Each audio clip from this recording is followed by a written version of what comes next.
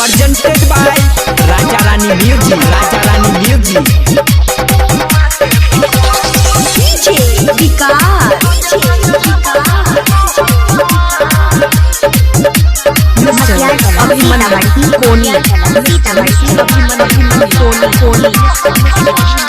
गजब के छियै हमर गाल रे रस सब भरल उठला लाल रे।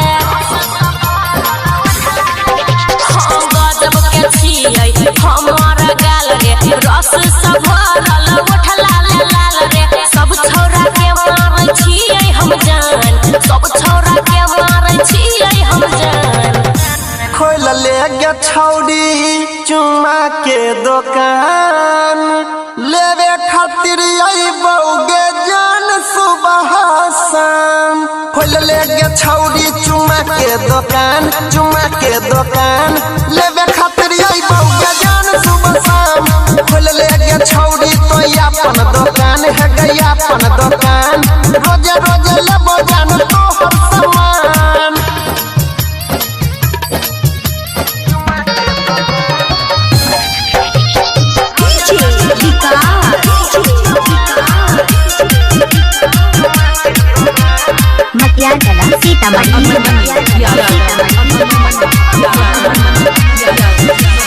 पर नहीं जवानी तो खर्चा, जल्दी छपा ले तू परचा। नोट के गोडी कमाई भी कोई जेतो सगरो के चर्चा। सबके न लगे सतेबई, सबके न चुमा देबई। जेकरा मन हेतै रे ओकरे पर पूरा लुटेबई। कथिला होय छही तू परेशान, कथिला होय छही तू परेशान। खोल ले गे छौड़ी चुम्मा के दुकान, लेवे खातिर बउगे जान सुबह शाम। खोल ले गे छौड़ी चुम्मा के दुकान, चुम्मा के दुकान, लेवे खातिर बउगे जान सुबह शाम। खोल ले गे छौड़ी तो अपन दुकान है गया अपन दुकान, रोजे रोजे लेबो जान तोहर सामान।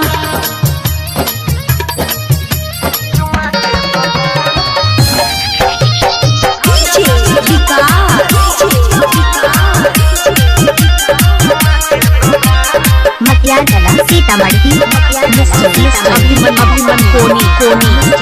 सही सही दाम लगैबो, घाटा नहीं लागे गे देबो।